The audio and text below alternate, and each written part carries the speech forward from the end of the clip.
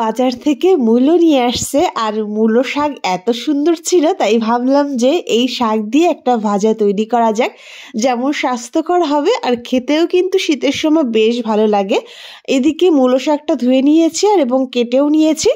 তারপর অন্যদিকে কিছুটা রসুন আর পেঁয়াজ কুচি করে নিয়েছি। তো এবার কড়াইতে কিছুটা তেল দিয়ে দিলাম। তেলের পরিমাণ অল্প দিয়েই আমি রান্নাটা করব। তো দেখো, অল্প পরিমাণ তেল দিয়ে তেলটা যখন বেশ গরম হয়ে গেছে, দিয়ে দিচ্ছি হাফ চামচ মতো রাঁধুনি আর তার সঙ্গে কুচি করে নেওয়া রসুনটা বেছে ছোট ছোট করে কেটে নিয়েছি। লালচে রং ধরে ভেজে নেওয়ার পর কেটে নেওয়া মিডিয়াম সাইজের একটা পেঁয়াজও দিয়ে দিলাম। নেড়ে চেড়ে ভালো করে মিশিয়ে নিচ্ছি আর পেঁয়াজটাকে হালকা ভেজে নেব। অতিরিক্ত ভেজে ফেলার কোনো প্রয়োজন নেই। যখন পেঁয়াজটা এইরকম নরম হয়ে আসবে আর হালকা ভাজা হয়ে যাবে, সেই টাইমে এবার এখানে আমি অ্যাড করে দিচ্ছি কেটে নেওয়া সব শাকগুলো। দেখতে পারছো শাকগুলো কিন্তু বেশ মিহি করে কুচি করে নিয়েছি। এবার পরিমাণ মতো লবণ আর হলুদটাও অ্যাড করে দিলাম।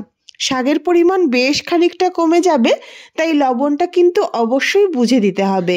লবণ হলুদটা শাকের সঙ্গে ভালো করে মিশিয়ে নিচ্ছি।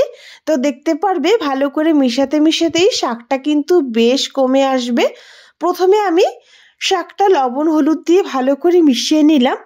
ভালো করে মিশিয়ে এবার একটা ঢাকনি দিয়ে ঢেকে শাকটাকে বেশ ভালো করে সিদ্ধ করে নরম করে নেব। আঁচটাকে মিডিয়াম রেখে আমি শাকটা ঢেকে দিচ্ছি। তো দেখেই বুঝতে পারছো লবণ হলুদ দিয়ে বেশ ভালো করে মিশানো হয়েছে আর অনেকটা কমেও আসছে। ঢেকে এবার 2 থেকে 3 মিনিট জাল করে নেব, যাতে শাকটা ভালো করে সিদ্ধ হয়ে যায়। ফিরে আসছি 2 থেকে 3 মিনিট পর। এই অবস্থায় কিন্তু শাকটা বেশ নরম হয়ে আসছে। নেড়ে চেড়ে মিশিয়ে নেব। এইভাবে শাকটা কিন্তু ভেজে নেব। ঢেকে ঢেকে ভেজে নিলে বেশ সুন্দর নরমও হয়ে যায় আর ভাজাটাও কিন্তু দ্রুত হয়ে যায়।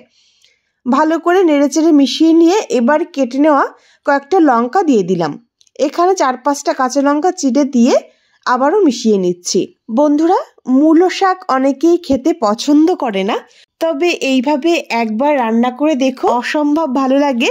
ভালো করে শাকটা সিদ্ধ হওয়ার জন্য আমি আবারও ঢেকে দিচ্ছি আর ঢেকেই আরও 2-3 মিনিট রান্না করে নেব। ফিরে আসছি আরও 2 মিনিট পর আর এইভাবেই আমি ঢাকনা তুলে নেড়ে চেড়ে শাকটাকে ভেজে নিয়েছি।